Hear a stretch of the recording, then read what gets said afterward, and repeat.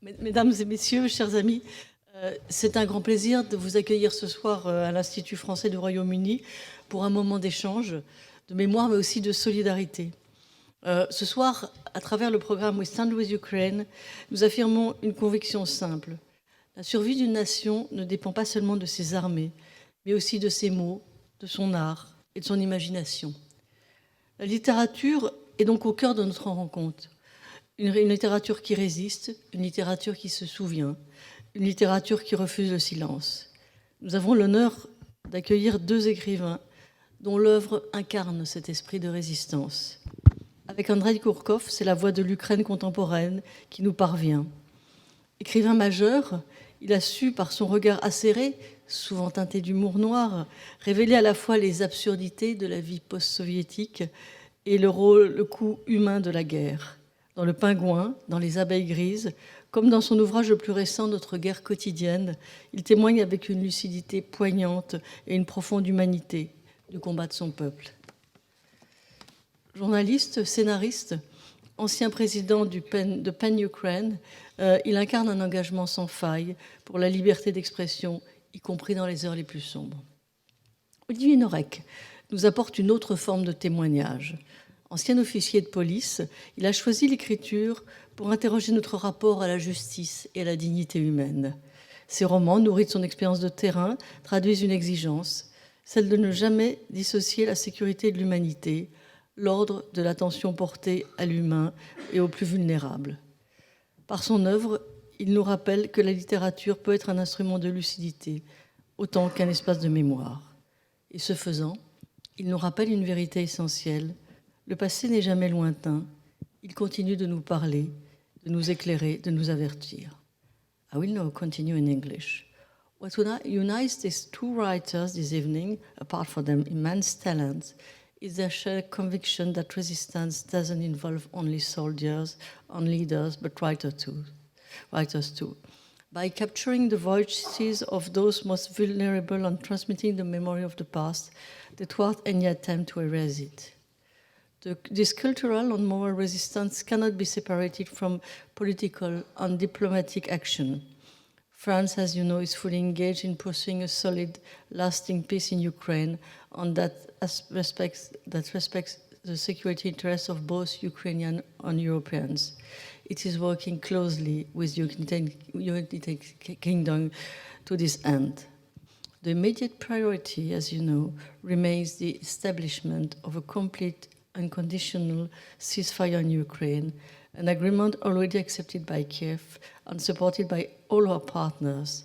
Is now for Russia to comply without condition or delaying tactics.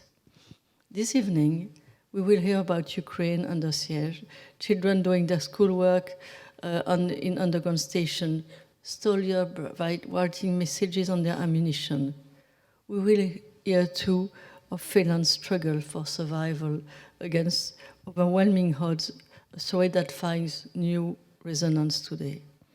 There are not only stories about nation, there are stories about humanity, courage on the fragile yet unbreakable thread that binds us together.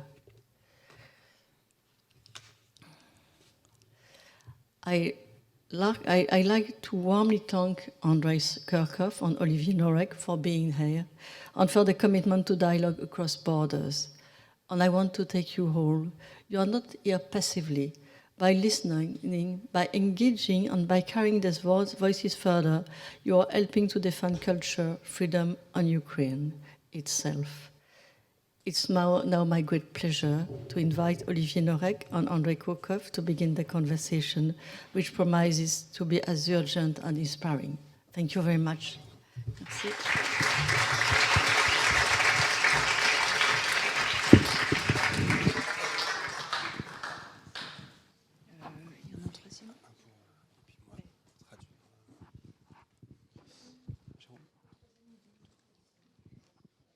One. Ça marche. Demain, dès l'aube, à l'heure où blanchit la campagne, ça marche. Ça marche. D'accord.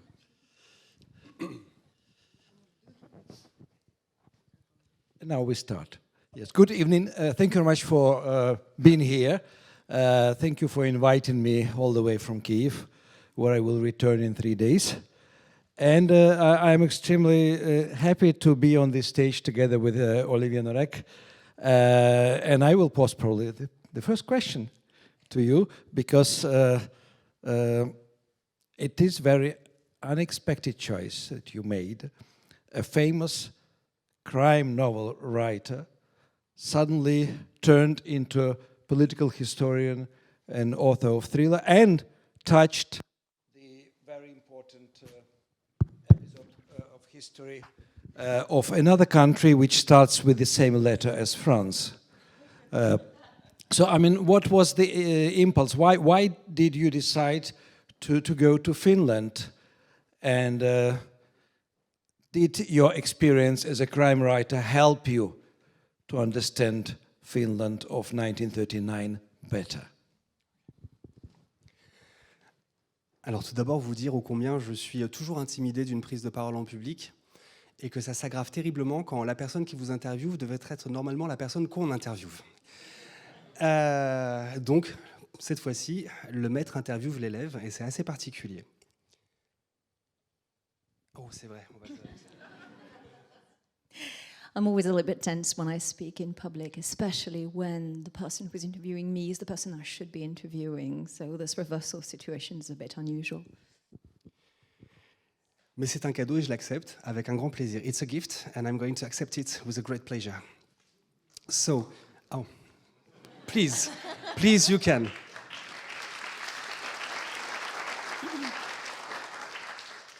So, how does it start? Nous étions en février 2022 et j'étais dans ma maison de campagne, enfin celle de mes parents, et j'ai entendu une voix très calme, très posée, qui nous menaçait d'un hiver nucléaire si nous avions l'audace de soutenir l'Ukraine. I was in my country house and all of a sudden I heard the news of impending nuclear war if we dared to support Ukraine. C'était évidemment la voix de Vladimir Poutine et moi, un hiver nucléaire en 2022, j'étais pas vraiment prêt. Et donc, comme la phobie, comme la peur est nourrie par l'ignorance, à chaque fois que je me retrouve dans ces situations d'inquiétude, je décide d'essayer d'en savoir plus.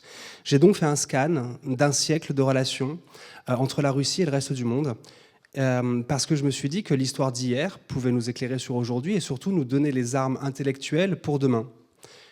Oui. It was the voice of Vladimir Putin, and in 2022, I must admit, I wasn't ready.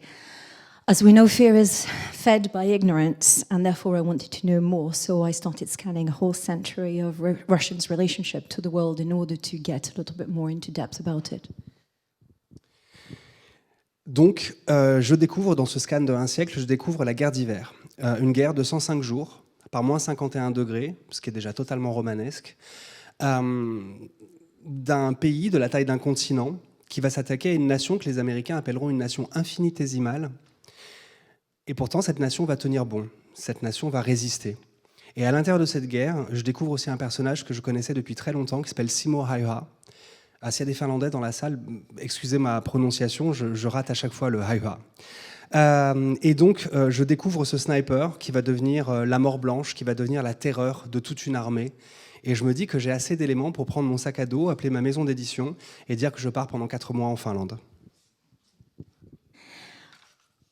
I discovered through my readings about the Winter War, a war that was led during 105 days by minus 51 degrees, between a country that's the size of a continent against a country that's been qualified as infinitesimal.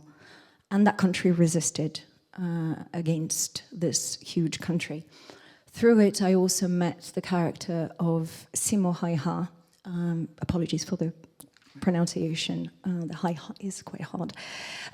He was a sniper, and he became the White Death, the terror of a whole country, a whole army. And I thought that was enough for me to call my editor and decide to convince them that I had to go for 4 months into Finland to research more. Avoir ces informations, ça n'était pas assez. Donc, je sais que, Pas mal d'auteurs pensent qu'ils écrivent un livre tout seul. Moi, dans tous mes romans, il y a 5 à 6 pages de remerciements parce que je sais qu'une telle aventure, une telle entreprise ne peut pas se faire seule. Donc j'ai été aidé là-bas, sur place, par des historiens, des professeurs d'histoire, des spécialistes de la Seconde Guerre mondiale et de la guerre d'hiver, des snipers, des soldats, des directeurs de musées, tout le service des archives que j'ai torturé comme ça pendant 2 ans et demi pour avoir la vraie information. Mais ce qui était le plus incroyable, c'est que cette guerre n'est pas assez vieille pour n'être que dans les archives. Il a fallu donc que je réussisse à me faire inviter dans les maisons des Finlandaises et des Finlandais, qu'ils m'ouvrent leurs greniers, qu'ils m'ouvrent leurs souvenirs, parce qu'il y a encore toute une partie de la guerre d'hiver qui est encore chez les familles, chez les Finlandais et les Finlandaises. Et c'est donc ce double travail, ce travail de recherche empirique, mais aussi ce travail relationnel, de réussir à avoir la confiance de ces gens et qu'ils me laissent rentrer dans leurs souvenirs. Obviously. It wasn't enough information for one man to write a book, and I don't think that we could write this book alone. So I was helped by a lot of people, and my books always have a long list of thank yous. In this particular case, to historians, specialists, museum directors, archivists, snipers. But the biggest realization I had was that this war was not old enough to only be contained in archives. It was also contained in the homes and in the memories of families that had lived through it. So it was a double work for me, a work of getting to know these people. This relationship was quite important, and letting them open their doors to me so that I could know more about it. Et c'est là que je fais une boucle avec la seconde partie de la question. Est-ce que mon métier de policier, est-ce que mon métier d'enquêteur a pu m'aider dans cette recherche ? Eh bien oui, j'ai été capitaine de police dans un département assez criminogène qui est la Seine-Saint-Denis. J'étais spécialisé dans les enlèvements avec demande de rançon, dans les homicides et d'autres choses assez joyeuses.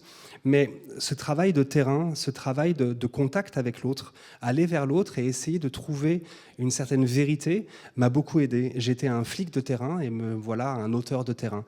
Je suis un bien piètre imaginateur. Par contre, j'ai l'audace de penser que je réussis à retranscrire et retransmettre les émotions et à trouver la vérité dans un discours. Et c'est ça que j'ai utilisé dans ma carrière de policier.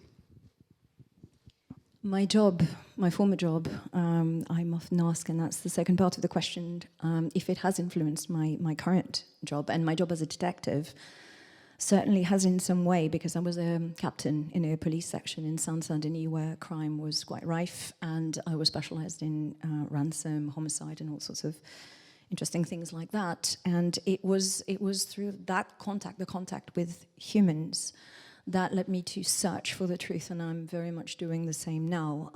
I was a field cop, and now I am a field author. Where my imagination lacks, I think that I like to transcribe the emotions and to delve into the human aspect of things. Merci. Now your turn. C'est-à-dire ? Ah, ok, d'accord.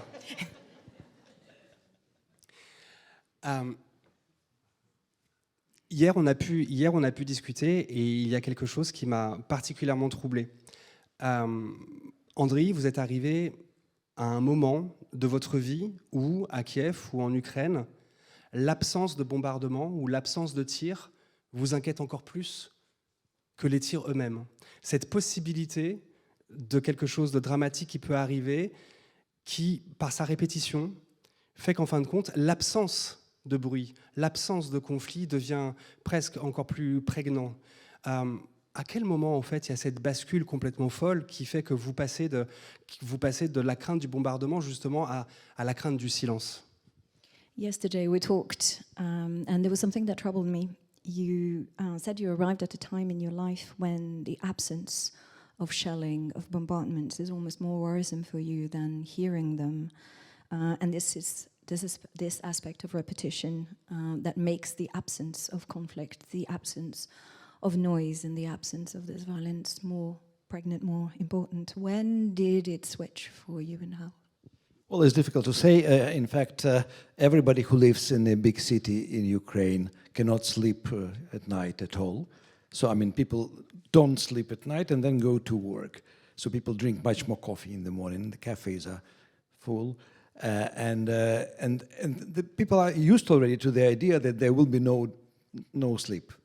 So when there are suddenly breaks in some areas, there are no explosions or no anti-air fire, then people expect something even worse. So Russia is preparing either Oreshnik or this intercontinental huge missile or something else. But in fact, actually, if you don't sleep for a long period, at some point, actually, you are switched off by nature. So usually, I mean, like I have a nap in the daytime, and we started sharing time between village house and city apartment with my wife, because in the village you can sleep, although we also have there explosions and drones, etc., but not so often, not every night. Yeah, but you will be surprised how actually people adapt to this situation. And what is the most horrible thing is that the children adapt. And children can differentiate the sound by sound of explosion, whether what kind of drone it was, or was it a missile or something else. That shocked me when I first talked to kids who were like 6, 7 years old. So, I mean, they are so knowledgeable about the war because they are children of the war. They were born after 2014 when the war began, and they never lived in a country at peace. Well, now my question to you.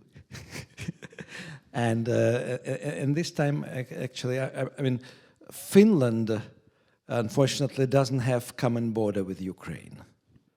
But President of Finland, Alexander Stubb, is a frequent guest.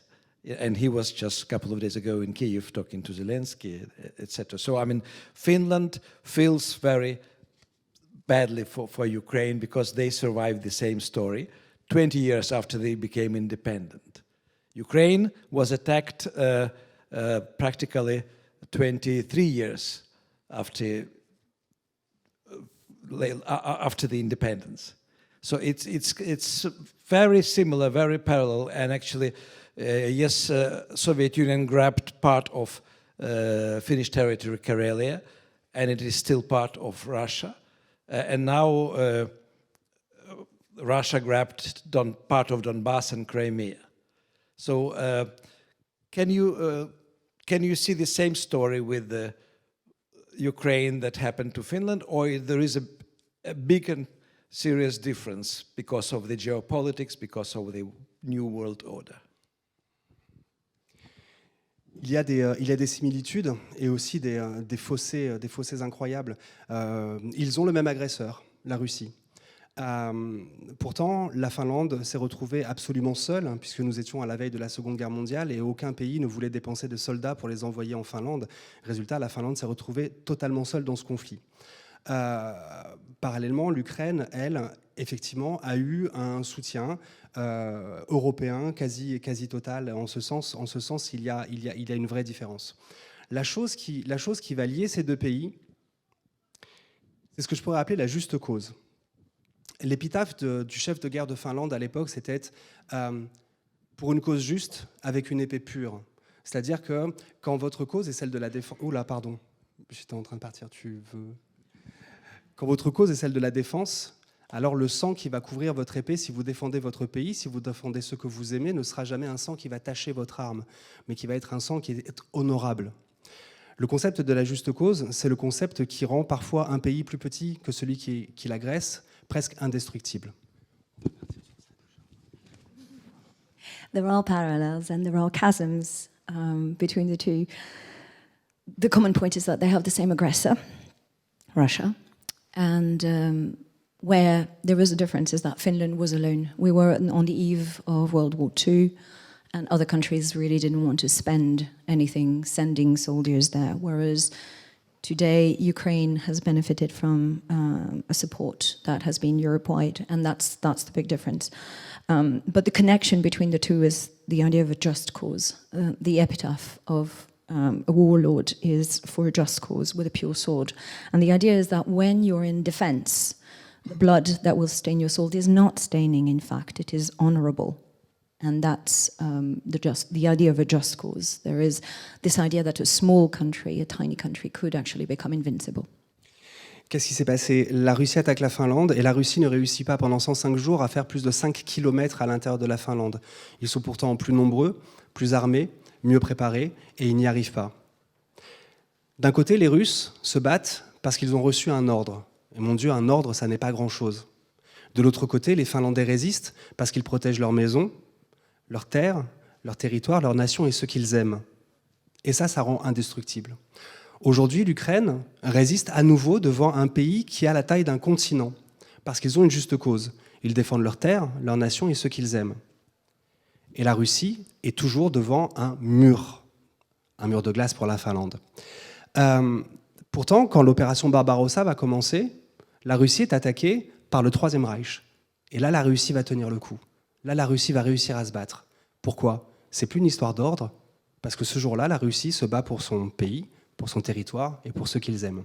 Attaquer un pays qui a une juste cause, c'est attaquer un pays indestructible. C'est la promesse d'un conflit qui va s'éterniser. Parce que de l'autre côté, jamais, jamais ils ne cesseront de tenir les armes.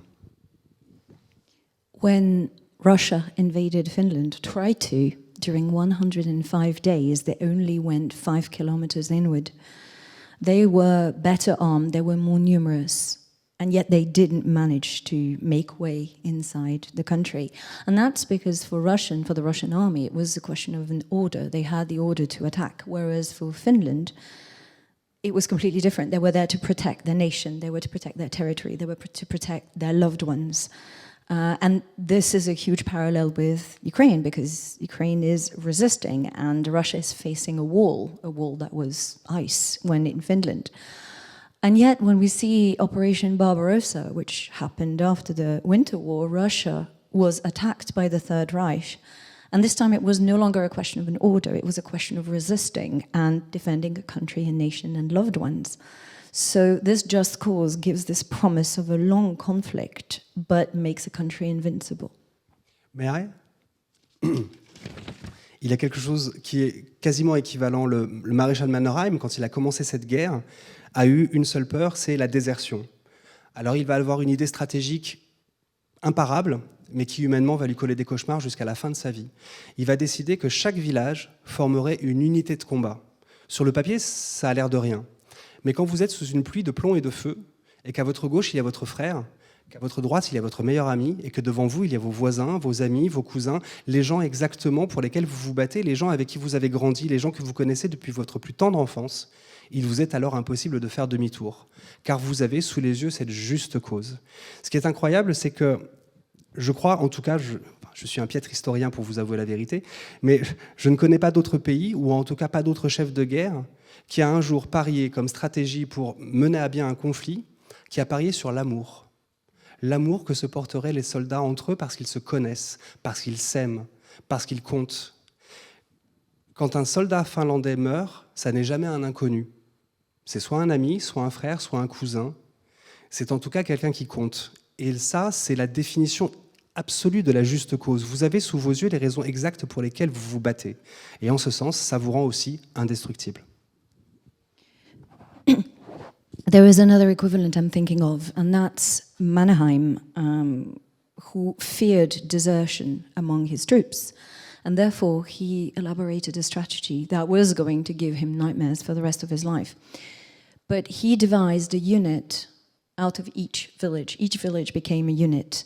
And therefore, when faced with a rain of lead and blood from the enemy, it was not just soldiers that were next to you, it was your family, it was your closed ones, and therefore there was no way to go back, there was no way to desert. And that's a just cause.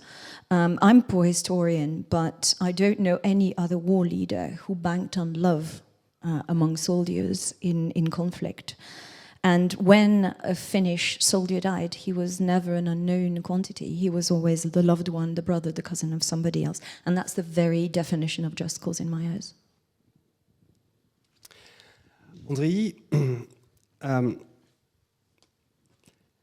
la fin de la guerre d'hiver, ça s'est terminé par un traité de paix, mais aussi parce que Staline, à cette époque, a eu 20% du territoire ou 15% du territoire finlandais. Il a eu une victoire à célébrer, il a eu un os à ronger, une histoire à monter en épingle pour montrer toute sa puissance. Je suis un peu gêné par la question que je vais poser. Est-ce que vous pensez aujourd'hui que Poutine est capable d'arrêter sans avoir une victoire à célébrer, quelque chose à montrer, même à monter en épingle, même à transformer en gigantesque épopée ou en gigantesque victoire alors que ça n'en serait pas une? Mais est-ce qu'il pourra un jour mettre un genou à terre ou arrêter s'il n'a pas une toute petite victoire à célébrer? Est-ce que vous ne craignez pas qu'il faille à un moment donné donner un peu pour que ça cesse? Et je suis désolé de cette question parce qu'elle peut paraître un peu absurde ou un peu déconnectée pour quelqu'un qui vit justement là-bas et qui se bat pour à la fois pour les gens qu'il aime et à la fois aussi pour un territoire. The end of the Winter War was sealed with a treaty, and that treaty gave Stalin 15 to 20% of the territory of Finland, which gave him in turn a victory, something to celebrate, something to develop and emphasize. And I'm sorry for this question, but do you think that Putin will stop without a victory, even a tiny one, even something that he could build upon to just kind of assert his power? Don't you fear that you might have to give something in order for it to cease? And I hate asking this question because very obviously the reality of you living there is... Well, annexation of Crimea was already a big victory. Occupation of Donetsk and Lugansk were big victories.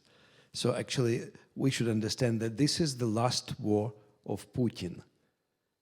And that's why actually he will not stop while he is alive. He wants to be remembered in Russia, in the school history manuals, as the Tsar who made Russia great again. So to stop the war for him is to lose the war. But he can be stopped by Russian industrialists, Russian oligarchs, because they are now complaining that actually the economy is going down, that the governors don't have enough money for social programs and even for pensions, etc. And there was a letter from several governors leaked into internet yesterday, where they are asking to stop the war because otherwise they will not be able to control economies of their regions. So actually the situation in Russia can stop him, but will that be an indefinite stop or just a pause? It's difficult to say. So I don't think also that for Ukrainians any kind of territory deal is acceptable. Any person who signs this deal, any sort of speaker of the parliament or president, will immediately go in history as a traitor. Because, I mean, what happens also with the society? Those who are staying in Ukraine, who didn't become refugees abroad, I mean, they are cultivating patriotism to the maximum. Even if they think secretly that maybe it's okay to leave Donbass to Russians, but they will never say it in public. Because this already that will break the morale. And it's, I mean, when journalists are asking, what do Ukrainians think? I always say, I mean, there are now at least five Ukraines. There are 6 million or 7 million Ukrainian refugees abroad who have one idea, who are sometimes bitter. I mean, 20% of them maybe will come back, but not sure.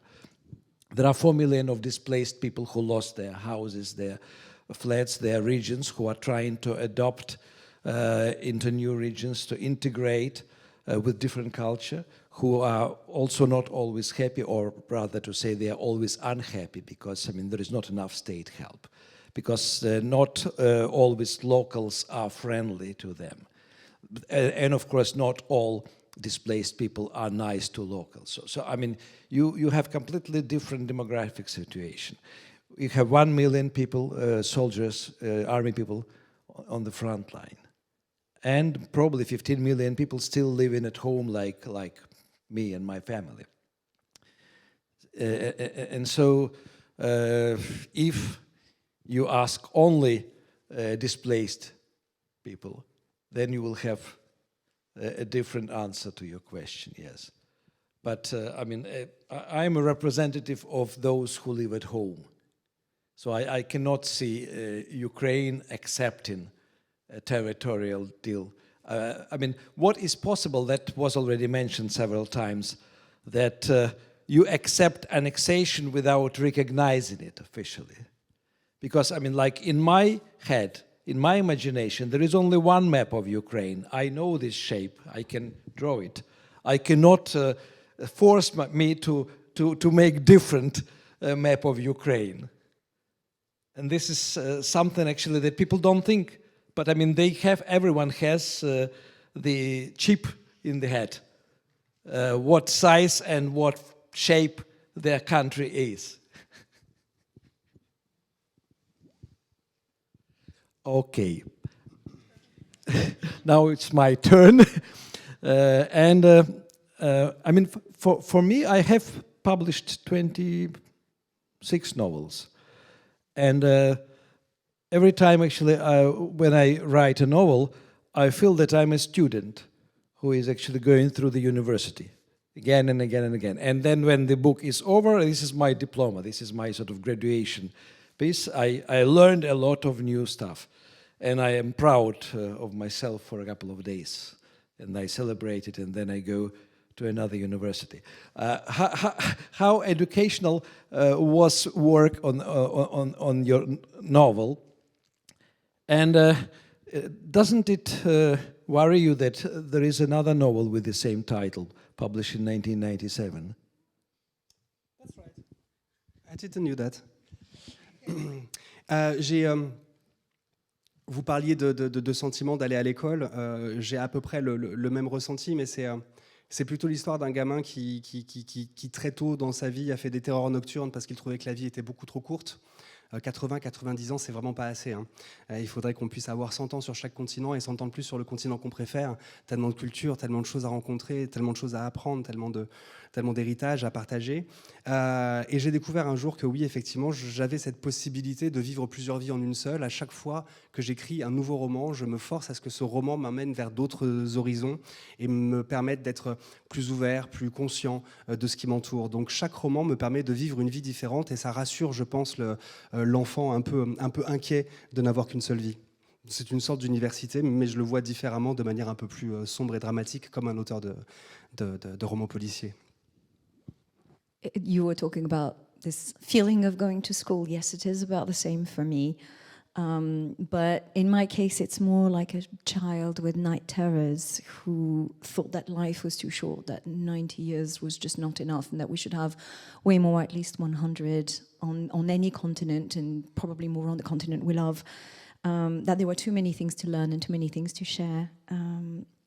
And so I discovered that I could live several lives in one. And so every time I write, every novel I write gives me new horizons and makes me more aware, and I learn more. And to a degree, it is very reassuring to the small, worried child. In my particular situation, it is a little bit more dramatic, as befits a police crime novelist. Et si je dois retenir quelque chose, j'essaie de retenir ce qui compose la guerre d'hiver, ce qui compose ce peuple finlandais qui s'est dressé devant un ennemi en fin de compte imbattable quasiment. Et c'est le courage, la fraternité, la bravoure, la richesse de cœur, la richesse d'âme, la ténacité.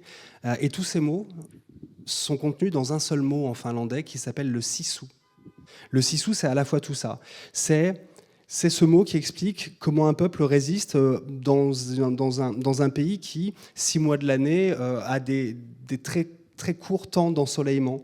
6 mois de l'année a des températures pas moins 20, moins 30 degrés, moins 40 degrés. C'est ça le sisu. Le sisu, c'est ce qui, à un moment donné, a fait que, alors qu'ils étaient attaqués par un ennemi surpuissant, ils ont décidé de tenir bon, ils ont décidé de combattre au lieu de mettre un genou à terre comme l'avaient déjà fait des pays autour d'eux. Et ce sisu, j'ai jamais été capable de l'expliquer très clairement. Même si j'en ai fait 500 pages, j'ai jamais été capable de l'expliquer clairement. Et j'ai eu la chance de partir en voyage et de retourner en Finlande. Et j'ai rencontré des vétérans, mais j'ai surtout rencontré des lotas. Il y a eu 400 000 soldats finlandais qui sont allés se battre, mais il y a eu aussi 100 000 lotas qui sont des femmes soldats, qui ont accompagné cette guerre et qui ont fait qu'elle a eu l'issue qu'on lui connaît. Et j'ai eu la chance de rencontrer cette femme, une femme de 97 ans, qui a pris mes mains dans les siennes et qui a plongé son regard dans le mien. Et dans ses yeux bleus Finlande, dans ses yeux bleus glaciers, j'ai entendu le froid, j'ai entendu la guerre, j'ai entendu les déflagrations, j'ai entendu la peur, j'ai entendu l'espoir. Et pendant une fraction de seconde, j'ai pu voir ce que c'était que le Sisu. Et je suis aujourd'hui toujours incapable de vous le décrire. Il faudrait que vous rencontriez cette femme, que vous plongiez vos yeux dans les siens. Et peut-être que vous aussi, pendant un quart de seconde, vous verriez cette folie, ce courage, cette fraternité, cette bravoure. Bonne chance. Hein. Et peut-être que vous pourriez partager avec moi ce qu'est le Sisu, parce que je ne suis toujours pas capable de vous l'expliquer. If there's something I can retain, what made the Winter War so special was courage, it was fraternity, bravery, wealth of heart, wealth of soul, and all that can actually be summed up in one word that epitomizes Finland. It is the Sisu. It is the spirit of a country that lives 6 months of the year with very little sunlight by temperatures of -30, -40, and are still resisting. And that's the people that decided to fight against the enemy and just would not bend the knee. I couldn't possibly explain it. I wrote 500 pages on it, but I really couldn't go into detail about explaining it. So I returned to Finland, and I met soldiers, but I also met lotters. Lotters. There were 100,000 of them, and there were female soldiers serving on the front line, helping the soldiers and supporting the war. And I met one, a lady of 97 years old, and she took my hands in hers. She forced me to look into her blue, very, very blue eyes. And all of a sudden I heard the cold, I heard the war, I heard the fear, I heard the bombs, and I saw, for a fleeting moment, I saw the Sisu. I still cannot describe it for the life of me, and I only wish that you could actually look her in the eye, and then you would also see it, and maybe you could explain it better than me.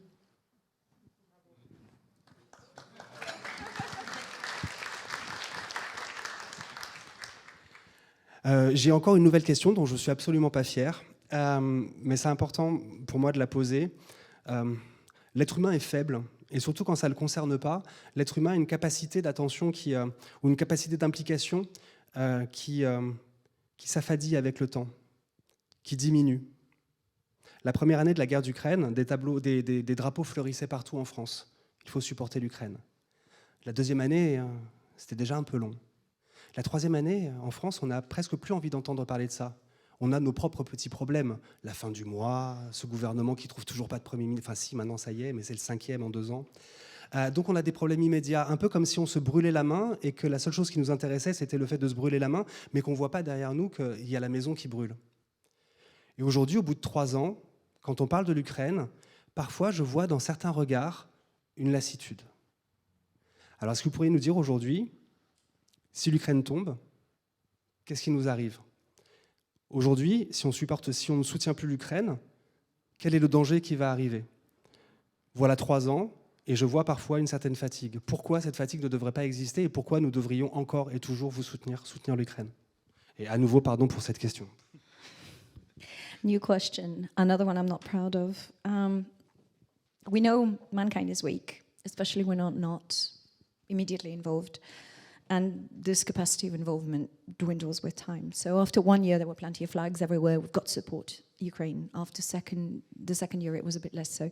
After the third one, we have our own government regulations. We were just not so involved. And I find that, in a way, there is a fatigue that I can see throughout the EU. So again, apologies for this question, but if Ukraine were to fall, what is the danger that would face us? And if we as in other countries, stop supporting Ukraine, what would happen in your eyes? Well, I don't know from which distance to start answering the questions, but first of all, the blue and yellow flags of Ukraine, they were everywhere from the beginning of the war. There were lots of them in Britain, in Spain, in France, and this was the sign of emotional support.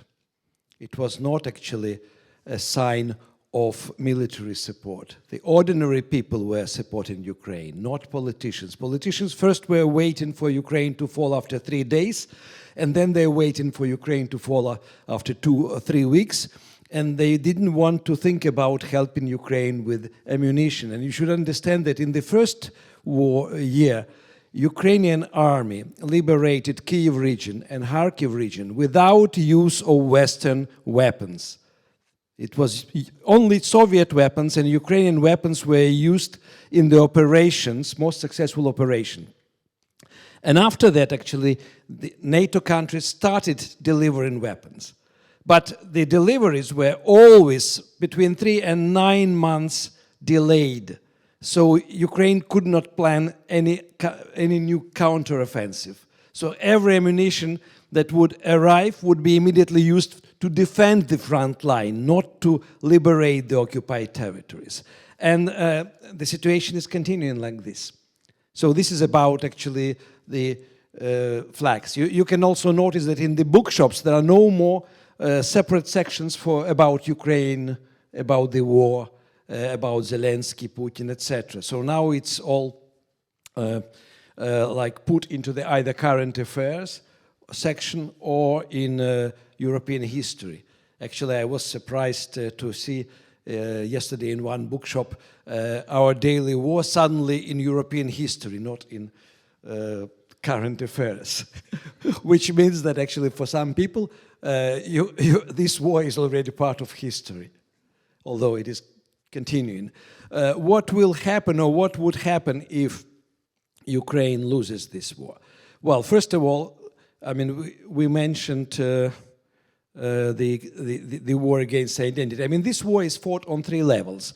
The ground level is actually war for Ukrainian territory, for mineral resources, for very fertile land, black soil. The second level, middle level, this is the war against Ukrainian identity, because Ukrainian identity is what actually making Ukrainians to defend their country.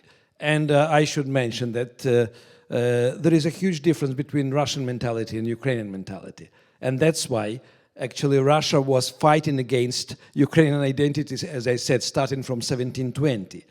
Because Ukrainians are individualists, Russians are collective people. So Ukrainians are very politicized. For them, freedom is more important than stability. For Russians, stability is more important than freedom. Russia was always a monarchy, so Russians were always either loyal or not very loyal subjects to the Tsar. They loved their Tsars. If they didn't like one Tsar, they would kill him and wait for the next one to laugh. Ukrainians never had a royal family. There were small kingdoms on Ukrainian territory in Middle Ages, but in general, actually, Ukraine was part of Austrian-Hungarian Empire, of Russian Empire, of Lithuanian, Polish, Rzeczpospolita, etc. But Ukraine was independent territory in 17th century, with its own army, with the election system of the leaders. So, I mean, the head of the army, Hetman, was elected, was chosen. So, I mean, this was like a mixture of anarchy and democracy. And every time, actually, a leader was chosen, there would be some Cossacks who would be plotting to replace him with another one, because this one didn't do anything overnight. And so, actually, Ukrainians, that's why, actually, while Putin remains in power for more than 22 years, we had already 5 presidents. Because, actually, we elect somebody to hate him, just to hold him responsible for everything which is going wrong. So it's 2 different mentalities. What is national identity? Actually, is culture, history, and language. And this was always like a target for Russia to destroy, because if you replace Ukrainian language with Russian language, then actually Russian history becomes your history, Russian culture becomes your culture, and you become Russians. And that's what Putin says, that actually there are no Ukrainians, they never existed. They are just Russians who don't understand that they are Russians. So in fact, actually, when Ukrainians are fighting back, they are defending their connection to this land. They are defending their history. They are defending, actually, their culture, which was always looked down at by Russia. I mean, like, only because of this war, Western publishers realized or found out that Ukraine had classical literature, which was never translated. Because everybody knows or thinks that from this part of the land, only Dostoevsky, Tolstoy, Chekhov, and other great Russian writers are coming. There is nothing else of interest there. So actually this war made Ukrainian culture more known abroad and more important for Ukrainians, because Ukrainians realize that the culture keeps people together. Culture defines the real borders of the society, not of the state. And actually, this war happened also because the Ukrainian politicians never cared about promotion of Ukrainian culture inside Ukraine. So 30% of Ukrainian territory was covered by Russian culture, by Russian media, and Donbass, Crimea, and even Bessarabia were territories where actually Russian writers were read, not Ukrainian writers. Russian newspapers were read. And actually people were watching Russian TV in order to find out what is happening in Ukraine. And I remember one incredible, for me personally, example. I mean, I came to Donetsk, it was probably 2010, and immediately I went to a bookshop to check if they have my books. And they had my books, but Russian editions, not Ukrainian editions. Although my books were published in Russian in Ukraine, but they didn't want to order them. They wanted to order only from Russia, and they were more expensive, but it was okay. So I mean, this was the attitude, and I'm not blaming actually people of Donbass. I mean, I wrote about them the novel The Grey Bees, and I traveled a lot there, and I understand what was happening and how everything was done. But I mean, in Donbass, actually, Russia was supporting Soviet nostalgia. And that's why actually the favorite TV channel in Donbass was the TV channel Nostalgia that you can tune to here. It's a Russian satellite TV channel which broadcasts old Soviet films with Soviet happy endings and different comedy shows, etc., from the Soviet times. And people in Donbass, they were not pro-Russian, they were pro-Soviet. And I'm talking about older people, not young people. I mean, young people in big cities like Donetsk and Lugansk were quite Europeans. They traveled to Europe, and that's why actually they moved mostly to Kiev after occupation of Donetsk. And we have lots of stories of this forced migration of rich people from Donbass to Ukrainian territory, not to Moscow, not to Petersburg, but to Kiev, to Lviv, to Odessa. And I forgot what was your question. Oh, yes. No, I remember. Could you read an extract from your book? And then I will do the same with mine. Pleasure.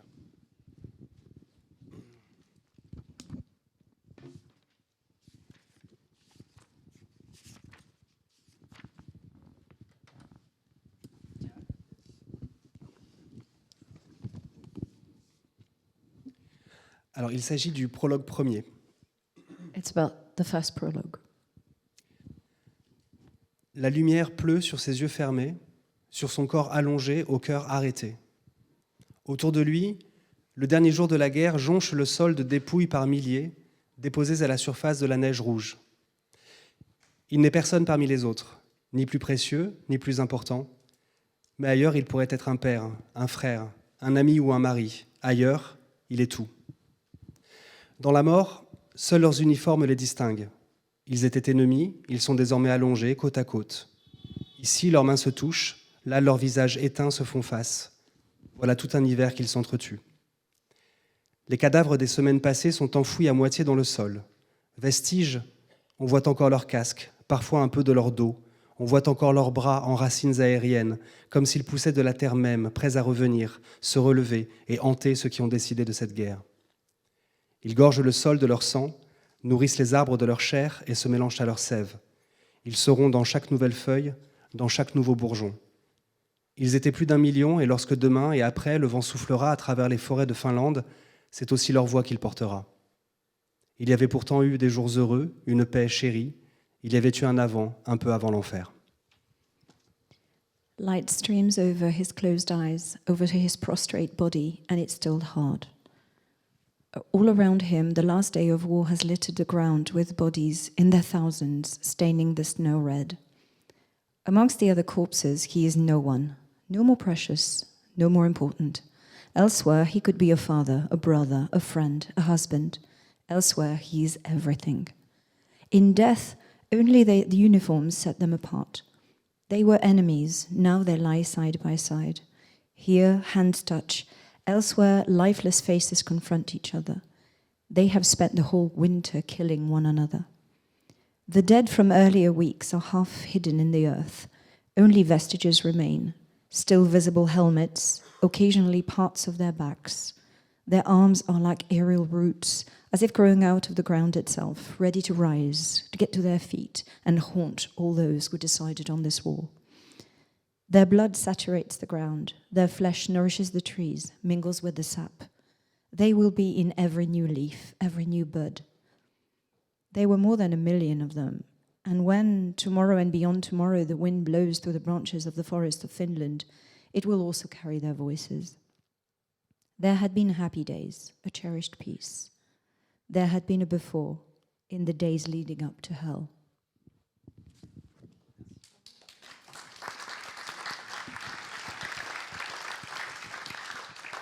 I will read a short extract from Our Daily War. This is my second volume of diary notes and essays written practically every day while I was traveling in Ukraine.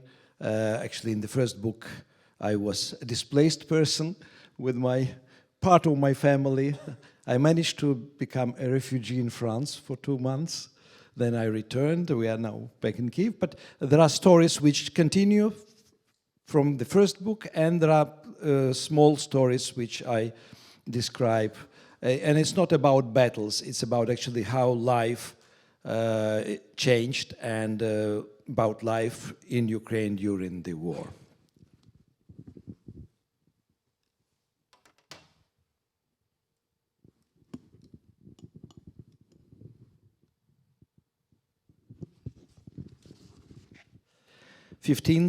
November 2022. For elderly residents of high-rise buildings, hard times have come. Their biggest fear is getting stuck in an elevator for the duration of a power cut. They would like to sit on a bench near the house or in the park, but instead they sit in their apartments all day long.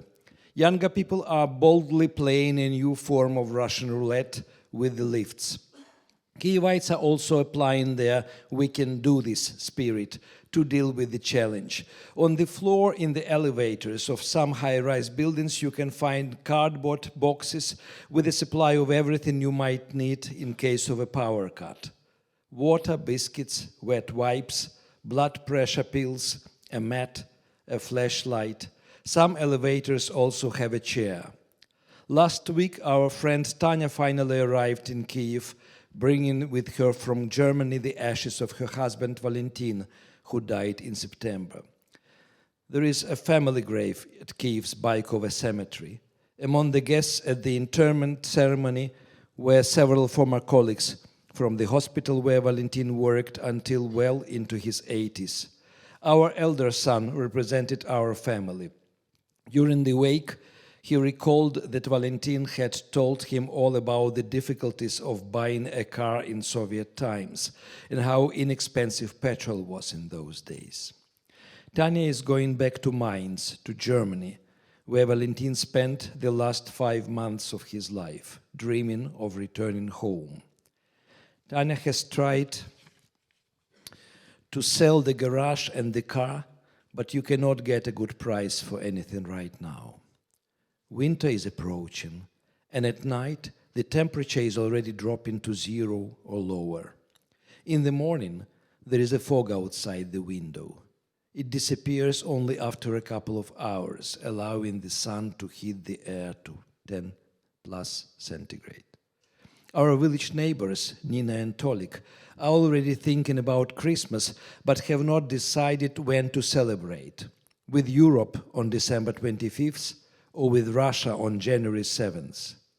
Our village has only one church, and it is attached to the Moscow Patriarchate, which will curse those who celebrate Christmas separately from Moscow. The Moscow Patriarchate must feel that its days in our country are numbered. In the Pechersk Lavra, the church's main monastery in Ukraine, the faithful have been praying for Russia and singing hymns glorifying Holy Rus during their services. Someone video recorded this pro-Russian activity, and Father Zacharias, who was officiating at the service, was suspended temporarily from church duties. Then several interesting stories surfaced about him. He has been compared to Rasputin, and as it turns out, he was the spiritual mentor of many Ukrainian politicians and statesmen during Yanukovych's presidency. He even performs miracles, such as predicting the dollar exchange rate. Thank you very much.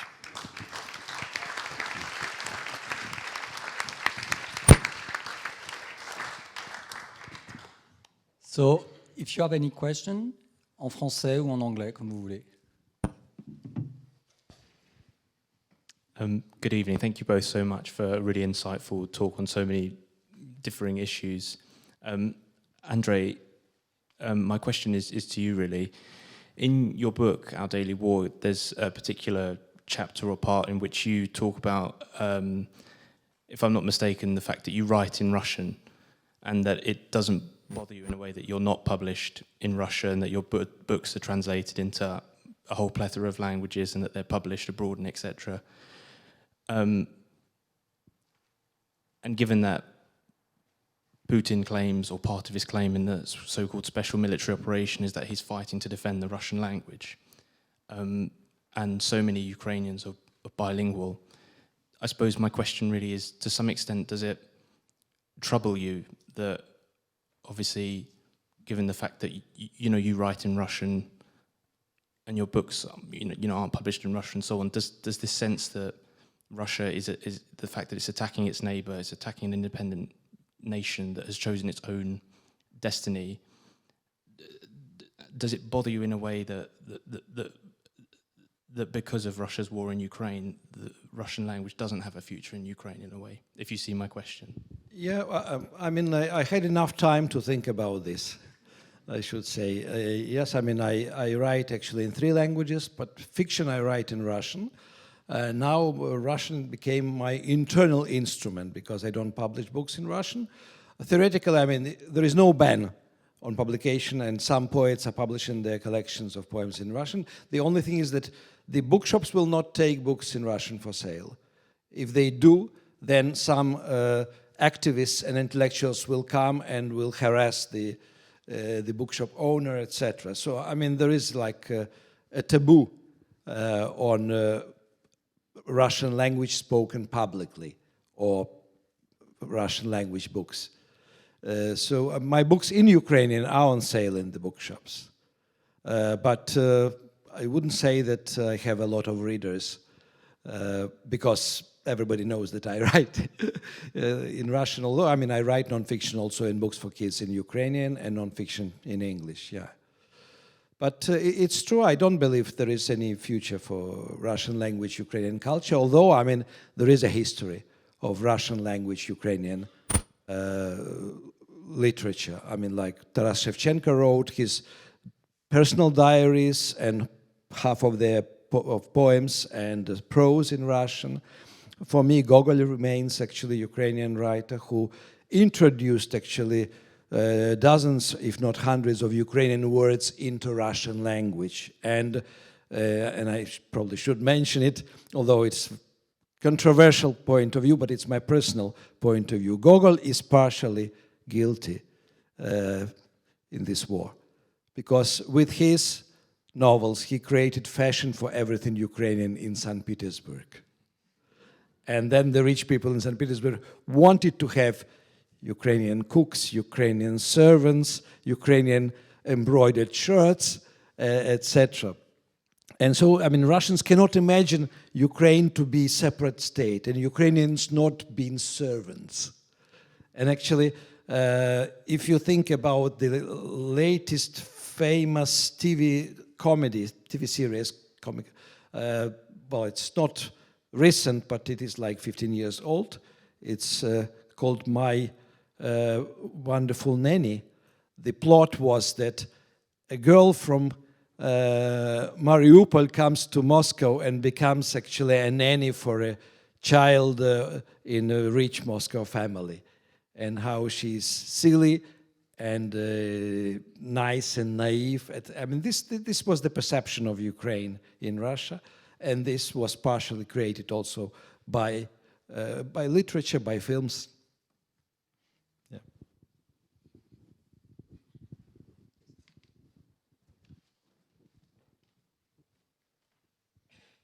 This is another question for you, Andrei. I was very interested in what you said about in Eastern Ukraine, the older people having Soviet nostalgia rather than sort of pro-Russian views. I used to live in Kyrgyzstan and noticed a very similar thing with the older generation were very pro-Soviet. My question is, why do you think there is this feeling amongst old people with the Soviet nostalgia? Well, you know, when Soviet Union collapsed in 1991, my parents, they were already retired, and for 2 weeks they were afraid to leave the apartment. And actually, I mean, when country collapses, all the structures, social structures are disappearing. So, I mean, like they lost their savings, there was no pension, and then pension which was paid by the new state was much smaller, you couldn't buy anything. So I mean, the memories of previous more stable life became the basis to dislike what you have now. And actually, I mean, old people are always dreaming about time when they were young. So, I mean, I remember I met a retired prosecutor in Crimea many years ago, and he told me that his best years were 1937, 1936, when millions of Soviet people were killed in Gulag. And I said, why? And he said, oh, I was in love, I was young, etc. So it's almost physiological. Yeah. Any question for Oliver? Please don't feel obligated because this is very interesting. And I'm just...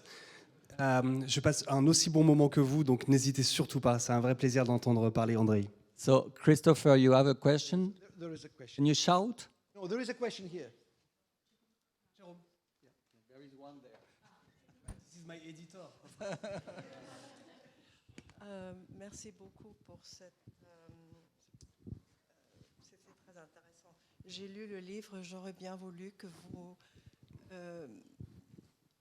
expliquiez un petit peu le fait que ce n'est pas la fin. Staline avait besoin d'un prétexte pour attaquer la Finlande. Et il y a eu cet épisode où les Russes ont fait bombarder un endroit pour dire c'est les Finlandais qui ont commencé, mais en fait, les Finlandais n'avaient pas les moyens d'atteindre la Russie parce qu'ils n'avaient pas les armes nécessaires pour ça. Est-ce que vous pouvez dire un peu plus sur ça? Thank you. I read the book and I would like to know a little bit more. Initially, Stalin needed a pretext. He organized the bombing of a place and then said that it was Finland that had done it, except that Finland did not have the means to reach Russia. It didn't have the weapons to carry out such an attack. So can you tell us a little bit more about it? La Russie n'est jamais contre rentrer dans des conflits qui pourraient l'amener à retrouver cette grande Russie tsariste qui est tant recherchée après le redessin des frontières, que ce soit par Staline ou par Poutine. Mais ils ne détestent rien de plus que d'être mal vus par l'Occident, même s'ils sont toujours persuadés que l'Occident est en train de ourdir un plan qui vise à miner l'âme slave. Ils ont toujours cette inquiétude de mal être perçus par l'Occident. Ce qui fait qu'ils ont toujours du mal à démarrer les guerres et qu'ils aiment bien, souvent, et c'est arrivé à de nombreuses reprises, même avec Poutine, ils aiment bien ourdir des plans qui essayent de faire croire qu'ils ont été attaqués en premier. Alors imaginez que quelqu'un un jour se réveille en voulant attaquer la Russie entière, on a un peu de mal à y croire, mais pourtant ils ont fait la même chose en Finlande.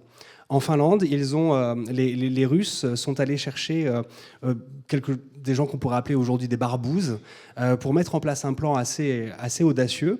C'est celui de tirer sur leur propre garnison. Donc en fait, les Russes vont se tirer dessus. Une fois que ce tir a été effectué, évidemment, ils vont liquider ces barbouzes pour que cette histoire reste secrète à jamais, sauf qu'elle a fuité. Et ils vont accuser la Finlande de leur avoir tiré dessus. Le problème, c'est qu'on a réveillé un mathématicien et armurier finlandais qui était donc Ville Nenonen, je répéterai si nécessaire, et qui va donc devoir, au tout début, en 24 heures, résoudre cette enquête de police. Est-ce que nous sommes capables de tirer sur cette garnison ? Et il va réussir à prouver que les Finlandais n'ont pas les bonnes armes pour tirer sur cette distance-là. Mais le mal était déjà fait et la guerre était déjà commencée. Et dès le moment où les Russes se tirent dessus, au même moment, Molotov fait un appel radio disant « Nous avons été agressés par la Finlande », alors que jamais, évidemment, la Finlande ne voulait rentrer en guerre avec la Russie. Mais j'ai encore d'autres choses à dire. Russia was never against conflicts that would cause a return to its old Tsarist grandeur, and that was the case then, it's the case now.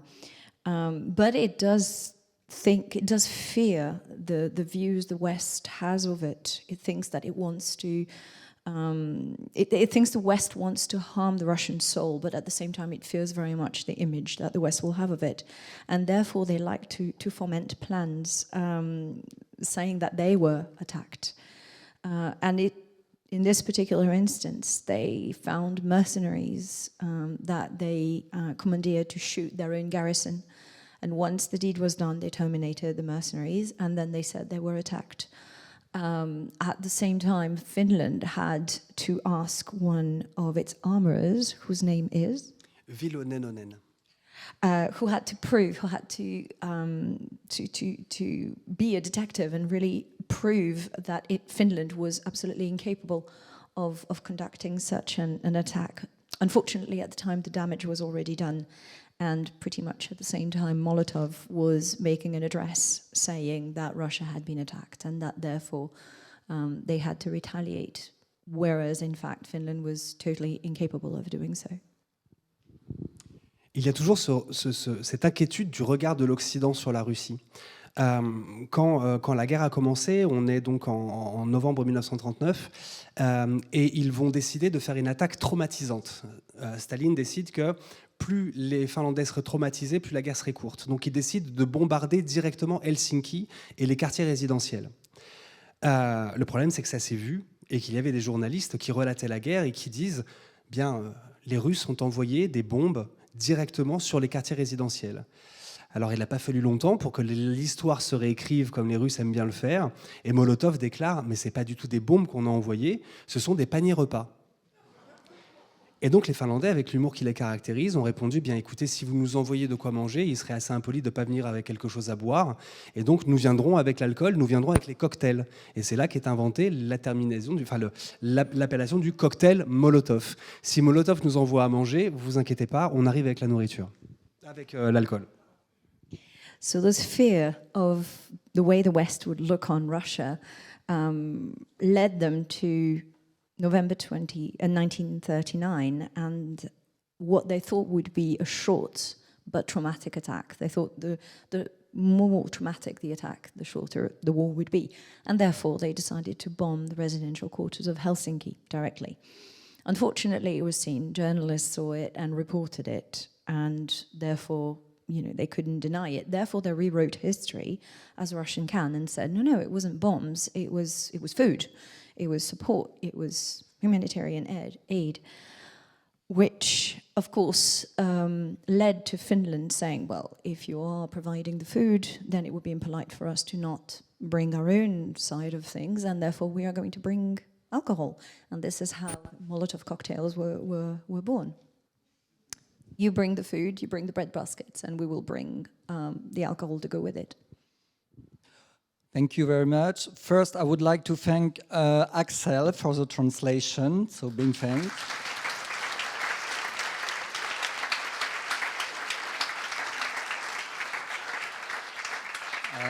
I would like to thank Andrei, Diacoyu Andrei. Just to keep in mind that Andrei still lives in Kiev, so he has a long way to come here, so he has to take a train to the border with Poland and then to come to London. So it was a long way, so thank you very much, Andrei.